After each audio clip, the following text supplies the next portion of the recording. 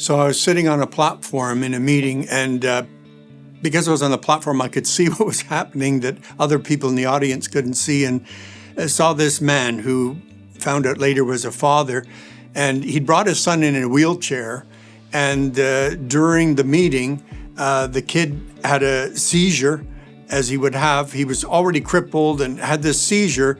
And I just saw the father, just the way he handled his son, the way he picked him up and carried him, and people couldn't see, but I could see just him sort of at the back of the room, just walking back and forth, holding his son, just probably, I saw him whispering in his ear. I don't know what he was saying, it's all right, Dad's here or something probably. And it just made me appreciate how, there's times where we're crippled because of something that's been done against us. And it just leaves us emotionally bruised or broken in life. It can come from family often, but from treatment by other people in relationships.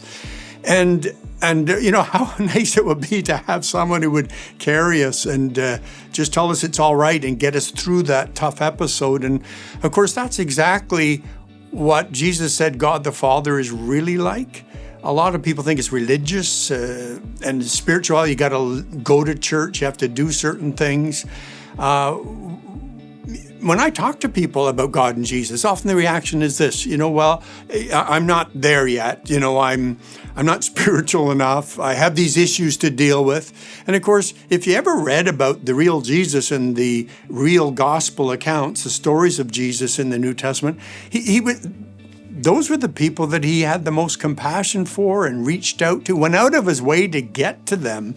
If you were broken or had issues where you wanted help, he was right there for you. He would carry you.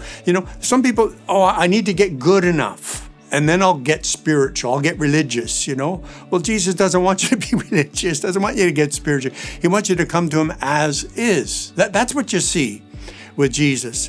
And because he knows we'll never be good enough on our own. That's why he came to give us a gift of his good enough. It's called grace. What we couldn't get for ourselves, he accomplished for us, for us, and gave it to us as a free gift.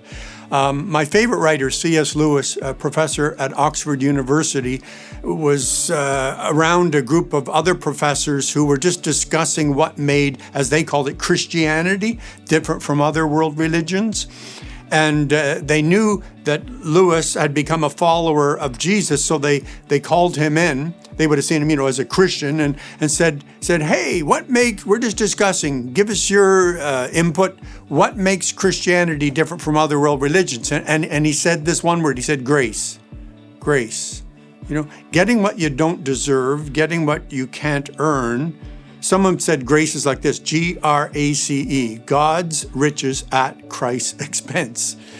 And see, here's the deal. Nothing that we have done will ever make us good enough to qualify us to get close to God.